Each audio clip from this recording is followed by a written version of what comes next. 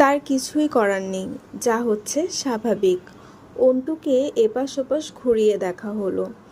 এত রূপসী কোণে তাদের ছেলের পাশে পূর্ণিমার চাঁদের মতো ঝলমল করবে ভেবে তাদের চোখ চকচক করে উঠলেও নিয়ম তো নিয়মই। তারা পর্যবেক্ষণ জারি রাখল। এই যে অন্তুর দুটো ভুবন মাতানো চোখেই যে কেউ ঘায়েল।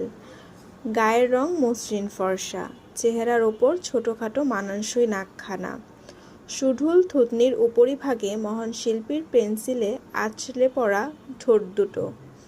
কোনো যুবতীর ক্লান্ত গম্ভীর মুখখানাও বুঝি চোখ জোড়ানো সুন্দর হয়।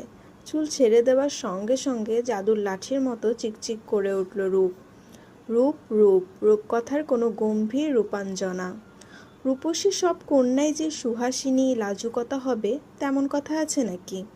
কেউ কেউ অন্তুর মতো কঠিন সৌন্দর্যের শতাধিকারিণীও হবে, যাদের রূপের বিমোহনে ডুবতে গেলে সঙ্গে কাঠিন্যের এক আঘাতও সহজভাবে গ্রহণ করতে পারতে হবে।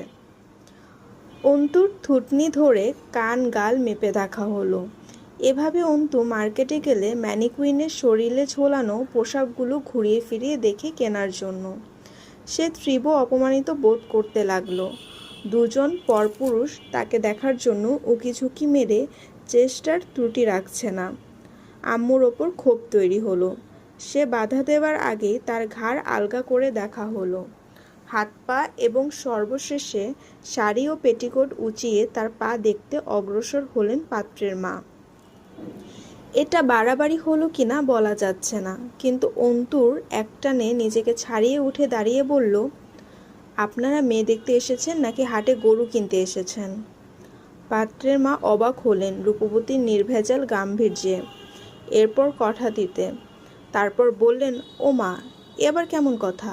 মেয়ে দেখতে এসে মেয়ের পা দেখতে চাওয়া কি অপরাধ নাকি? জি না, অপরাধ নয়, মূর্খতা। আমি কুরবানির হাটে তোলা কোনো প্রজাতির গবাদি পশু নই যে সবচেয়ে নিখুঁত আকর্ষণীয় গায়ের রঙওয়ালা মাংসবেশী হিষ্টপুষ্ট দেখে কিনে নিয়ে যাবেন। রাবেয়া বরাবরই এ নিয়ে চিন্তিত থেকে প্রেসার বাড়ান। মেয়েটার মুখের ভাষা কর্কশ, কার মতো হয়েছে তিনি জানেন না। তুমি তো চরম বেয়াদব মেয়ে। কোন দেশি কথা যে মেয়েকে ভালোভাবে দেখা যাবে না, নাকি কোনো দোষ আছে? বড়দের মুখের ওপর এরকম বদমায়েশের মতো কথা বলছো। আশ্চর্য মতো মেয়ে তুমি। দেখতে আসছি তো দেখব না? দেখবেনটা কিভাবে? ঠ্যাঙের কাপড় তুলে মেয়ের ঠ্যাং দেখবেন ফর্সা কি না?